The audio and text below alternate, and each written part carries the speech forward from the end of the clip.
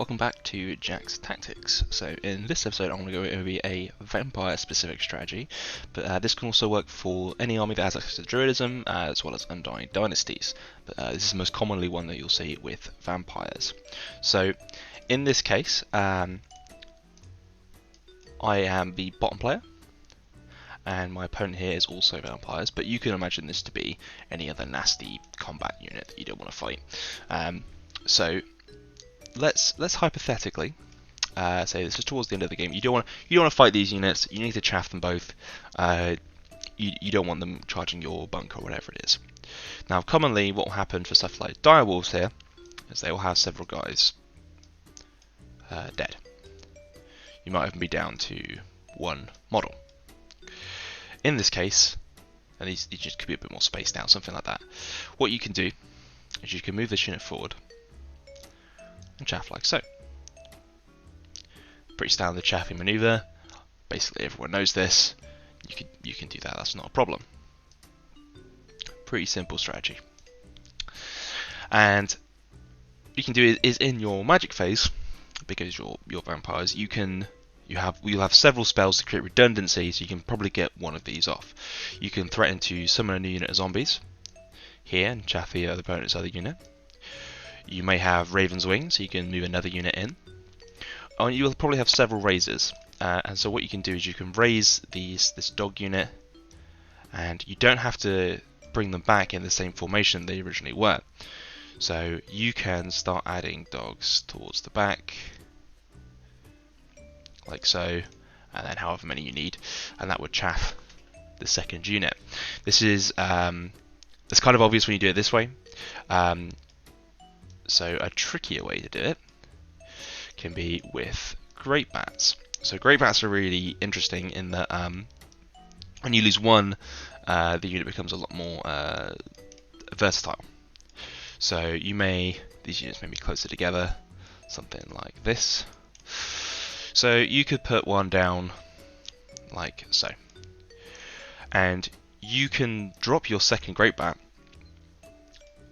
here, or you can drop it here. And so by doing this, you can sort of catch your opponent off guard by raising units at different formations than they originally were to create chaffing opportunities.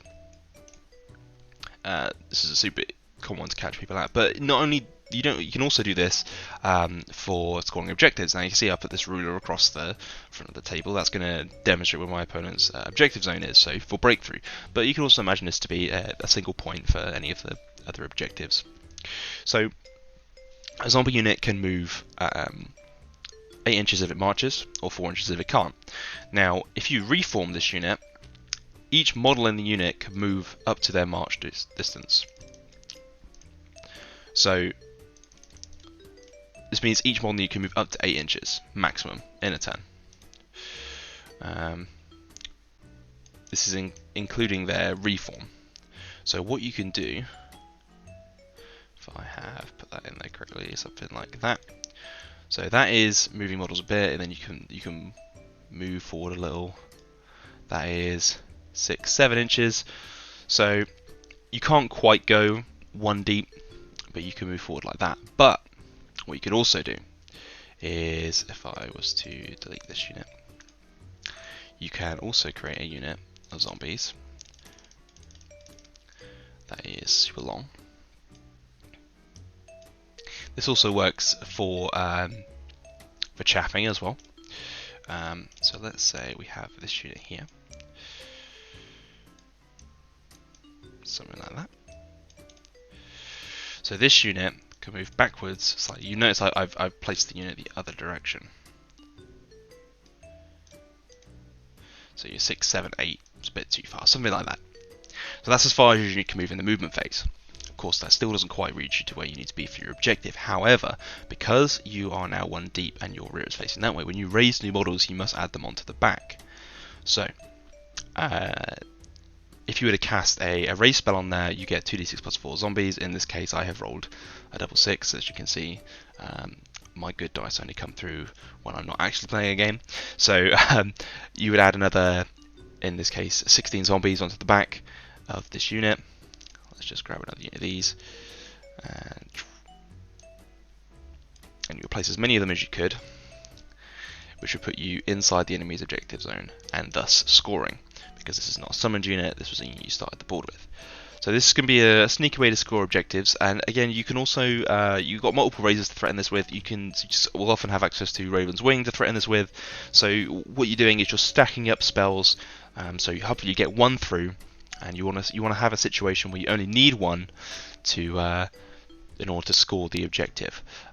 So these are sort of tricks and tips you can use for scoring.